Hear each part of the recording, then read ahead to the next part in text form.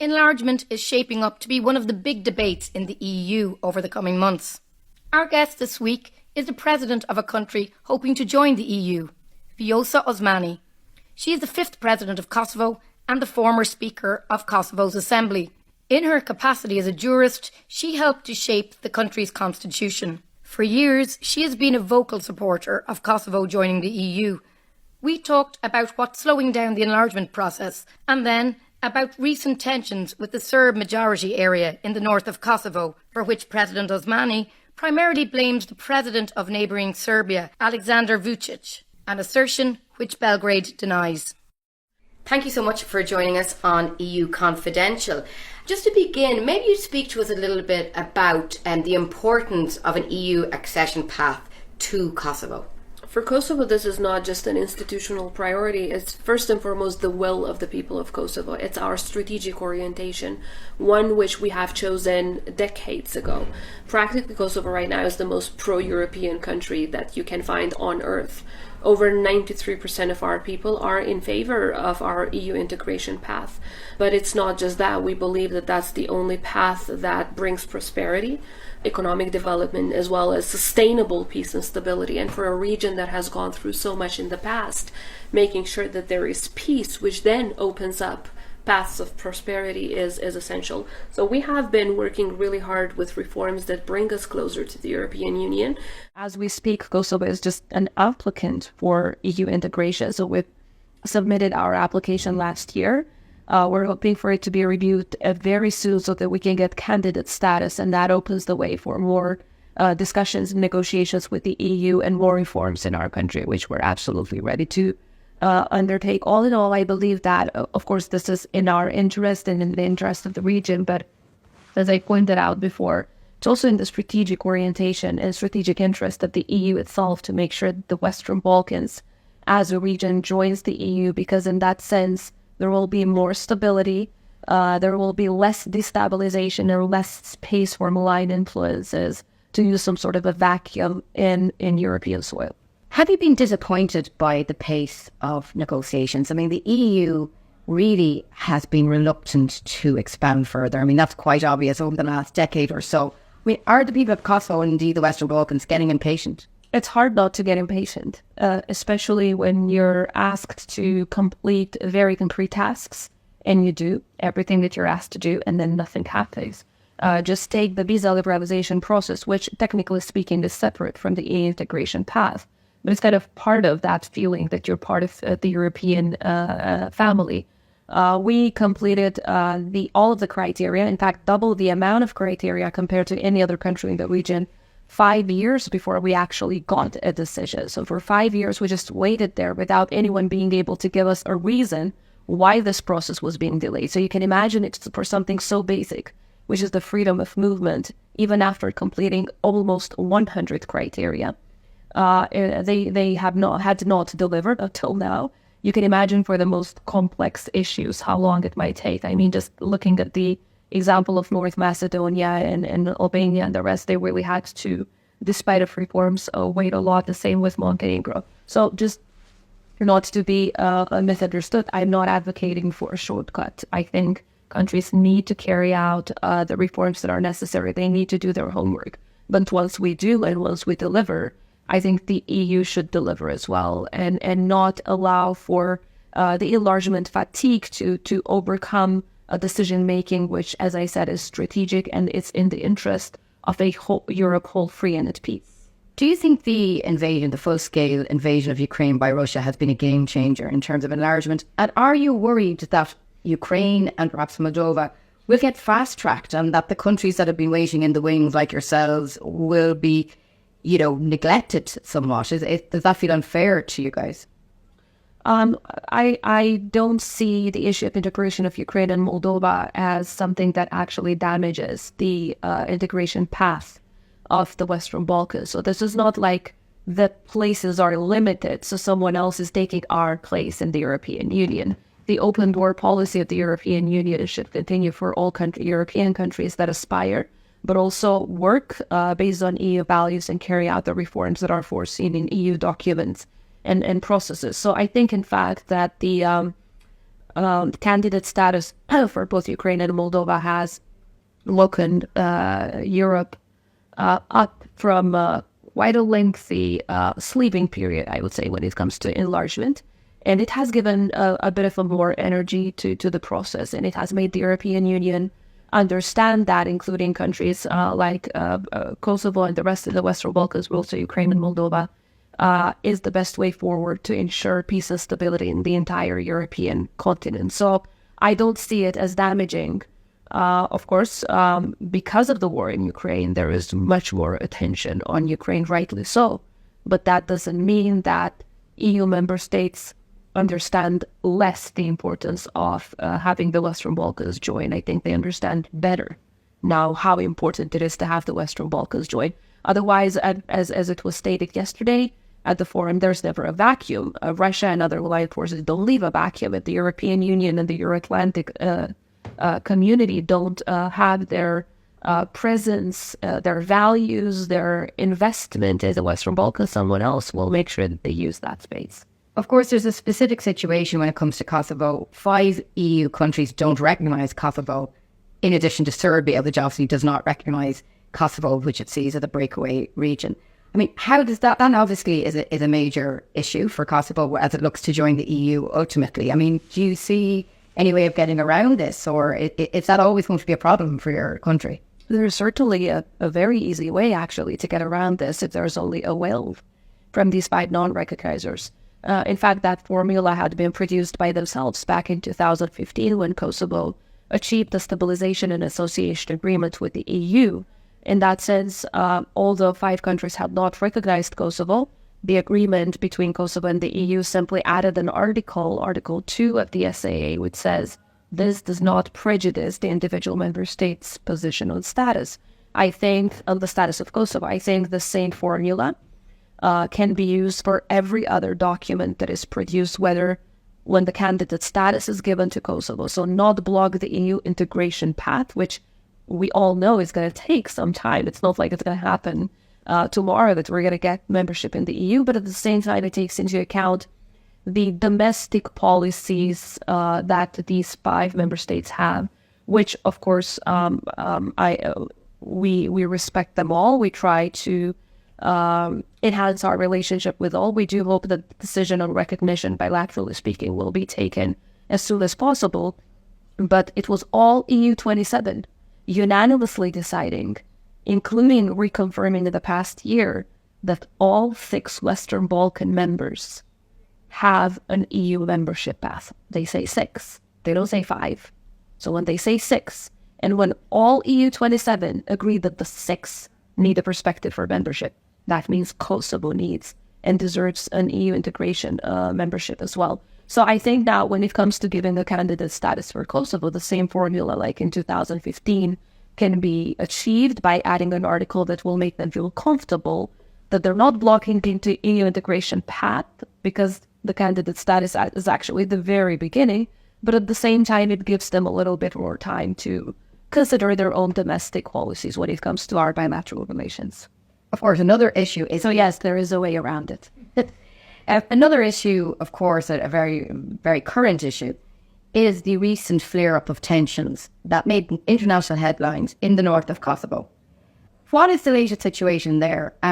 Is Kosovo prepared to hold elections? And these were elections that were held in the north of Kosovo, and then violence ensued when the mayors that were elected went in to take their offices.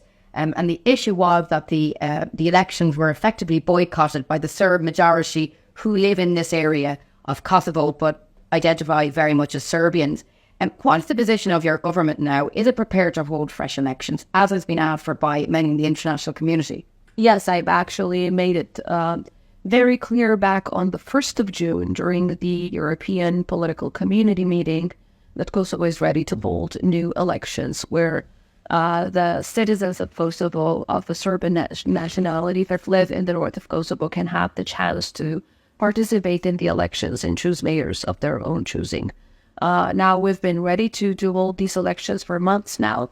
The problem remains, though, that the Serb community that lives in the north, which is just 1/3 of the Serbs that actually live in Kosovo, have been effectively intimidated by people who are paid, supported, and incited by President Vučić of Serbia himself in order to intimidate local Serbs not to participate in the elections. So as we speak, we still don't see a situation where Vučić will stop his foreign interference into the elections of another country. So yes, we are ready to hold elections.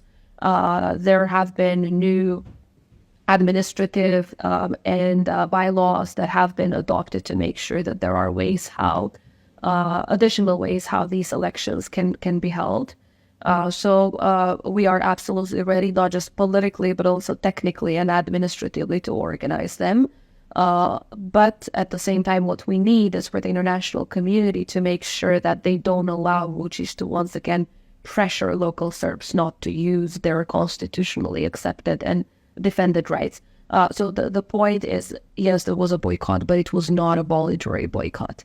So people who would want to participate in elections, they were beaten up, they were kidnapped by the secret service of Serbia that is led by Vučić, a guy on the US sanctions list and who is Petrushev's best friend in Russia. But some people would say that Kosovo, that your government has not done enough to bring this community in, to bring them, to make them feel that they have legitimate stake in this election. That, you know, from your side, that it's you're saying it's just all about, you know, pressure that's coming from Belgrade. What about your own responsibility as a government to this a minority that's living in your country? I would answer to those people with a couple of questions. Do they afford an offer to in their own countries, to a minority that comprises only 3 to 4% of the population, a veto right over any constitutional change?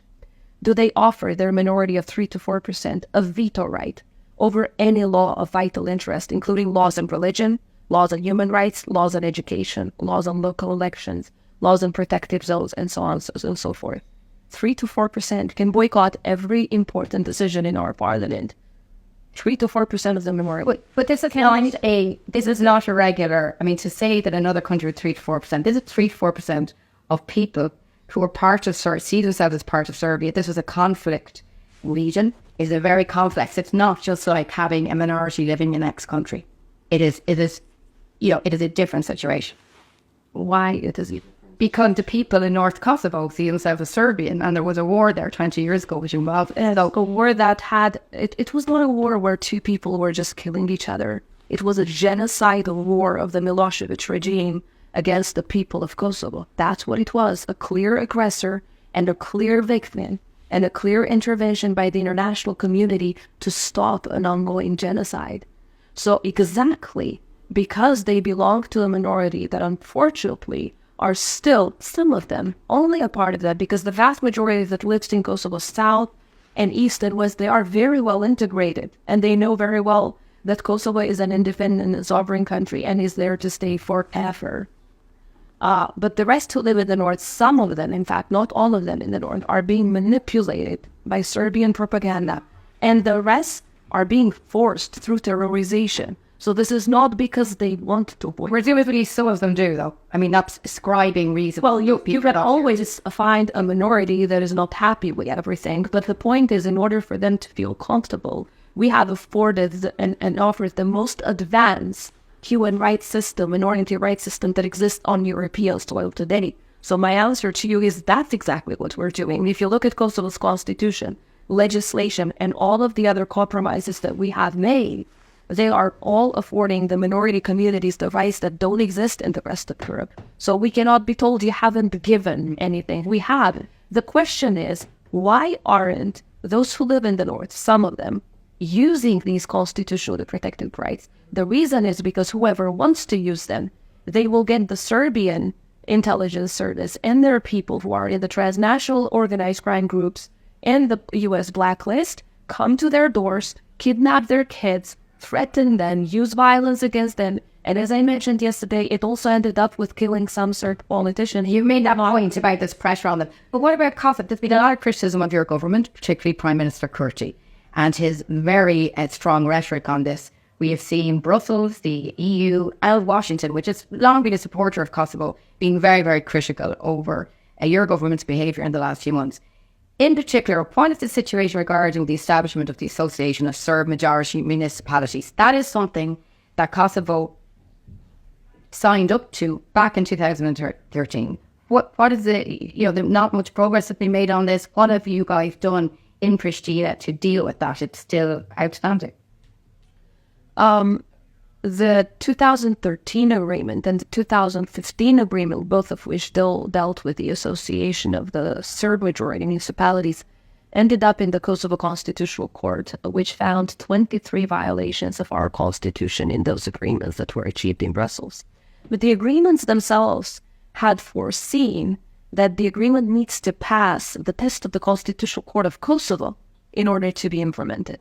Since it did not pass that test, obviously it was unimplementable in large parts. Now, what happened in the past couple of months, in fact, there was progress because a new agreement was achieved in Brussels in its implementation annex in Ohrid, both of which provide for how the rights of Serbian community will be regulated in the future. But at the same time, it's an agreement that has created clear obligations for Serbia to not object to Kosovo's membership in any international organization. So what we have been asking is that while we implement our obligations, whether we're talking about to an ASMM that creates coordinating powers between municipalities, or we're talking about advancing rights, generally advancing the rights of minority communities in Kosovo, at the same time we're asking that the entire agreement is implemented. So there can't be focused only on Article 7 and just skip 1 to 6. Yes, we are fully aware that we have undertaken obligations and we want to implement them.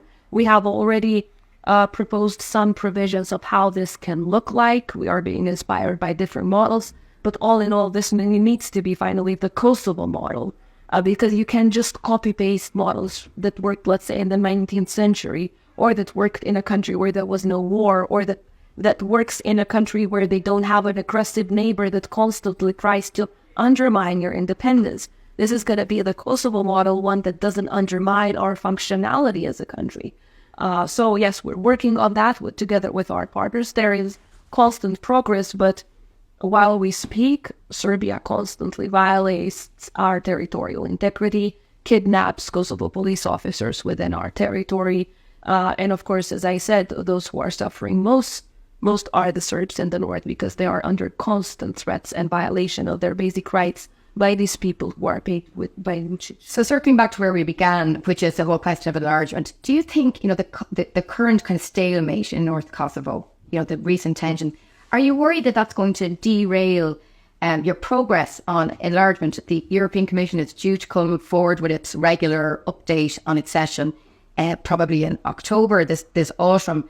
And, the Ohrid agreement, which is one of those agreements that were signed this year, does suggest that link that, it's progress in the Serbia-Kosovo dialogue is kind of linked to Kosovo's overall progress and accession. I mean, you're worried that this is going to kind of damage your progress on the EU path?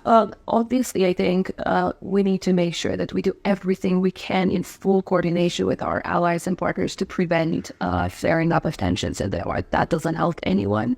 It makes, first and foremost, our people feel insecure. Secondly, it takes away potential investors from our country, although Kosovo is an extremely safe country. And thirdly, it just takes so much of the energy of all of the institutions instead of focusing on daily basis on reforming our education system, our health system, creating new jobs. We all have to do with security stuff day and night. So I think we need to prevent situations when tensions flare up, and we can only do that in full coordination with our allies. The history of Kosovo is a history of joint actions, and we have always been successful whenever we worked together with our friends and partners.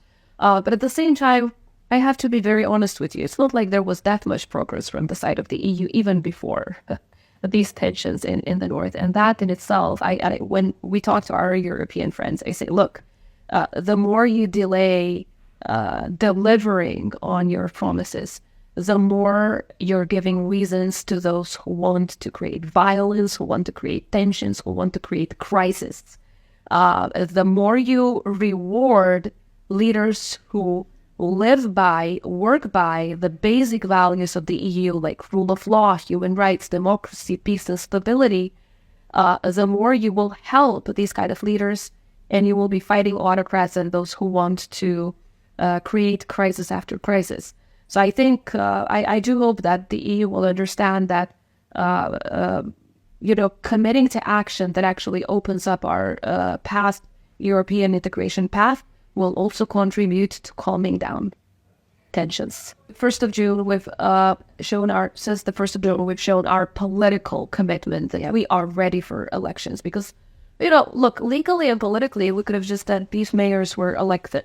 They have a 4-year mandate. Let's just wait up for them to finish their mandate, no matter how many votes they got. But that's not what we wanted as president. I said, look, we need to understand that the reason why these people ended up as mayors is not because they wanted to end up as mayors, is because the rest of the candidates withdrew from running for elections, and we ended up in a situation that we never wanted in the first place. We didn't even want new elections, but Serbia made the mayors in 4 municipalities to resign.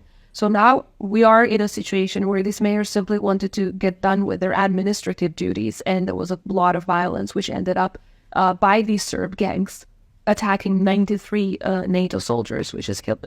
It's horrendous because this is an attack against NATO. It's not just an attack on Kosovo soil.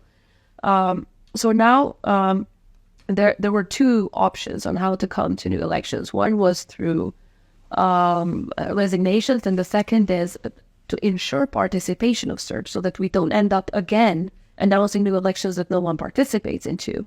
There's a legal provision providing for new elections if 20% of the citizens of a municipality asks for them. So I proposed that because I think if 20% of these citizens of a municipality ask for new elections, that kind of ensures that they will be participating. So it kind of stems from the people. So we just needed to create some basic administrative decisions that would allow for the technicalities to prepare for such a petition. And now once that petition is in, we can immediately organize new elections. I'm not sure if the Serbs who live in the north will provide for that petition, but it's absolutely up to them. If they don't like the current mayors, they can choose new ones. Everything is in their hands. So they can say, why are you not allowing us to have mayors of our own choosing? Actually, they can do that. Is there a deadline for this petition? Or is there any? No, they can actually, on the 1st of June, the 1st of September, the administrative preparations will be in place from our side, and then the ball is in somebody else's court. So they can decide whether they want to use their right to cause new elections or not. But we need some sort of a guarantee that there will be participation. We can just say, let's have another fully boycotted election. You need that from Belgrade. I mean, do you want them from Serbia? Well, no, we want the international community. They can make Vučić to just stop his illegal interference into the election of another country, which he unfortunately did last time. So they just need the address for pressure is actually Belgrade, not Kosovo. We've done everything to de-escalate. There has been constant reduction of the police forces from the north. The situation is quite calm. I'm not saying that tensions cannot flare up any minute, because the moment Vučić sends an SMS to these criminals who are in the blacklist of the US and the UK, in an hour or so, they set up barricades and they bring their military scale weapons and they start using violence. But I do hope that especially the Quint countries, will focus on making sure that Vučić simply allows the Serbs to use their rights.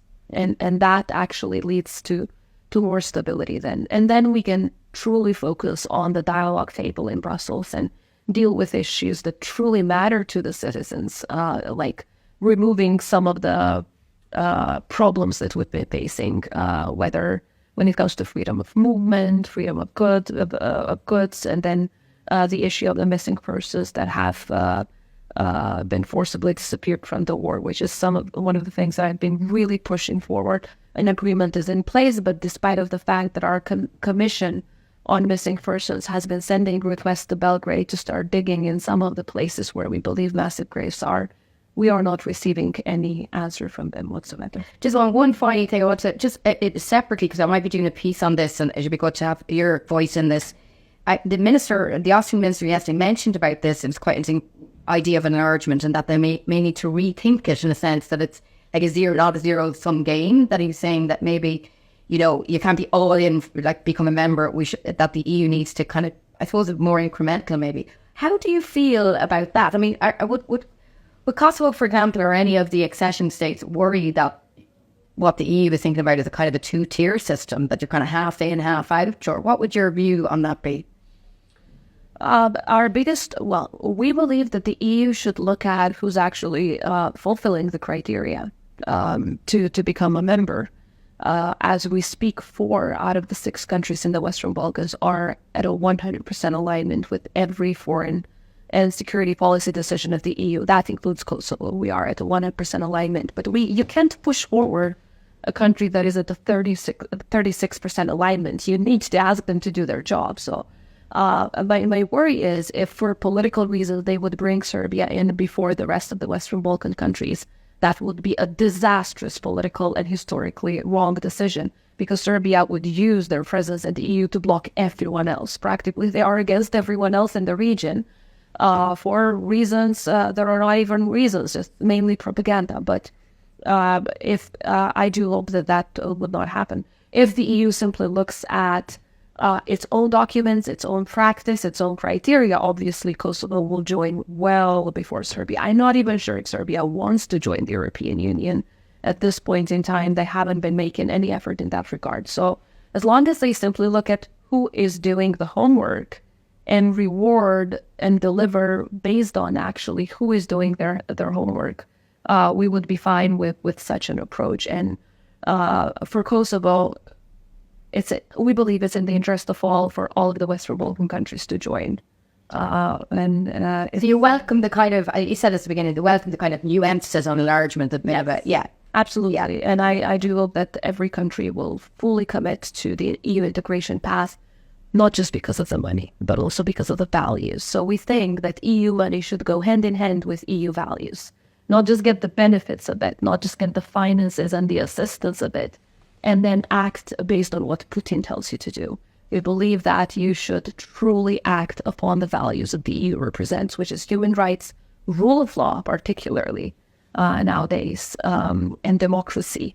Democracy shouldn't be just a word on paper. It should be something that we'll live in and we'll live by on every single day. President Osmani, thank you very much for joining us.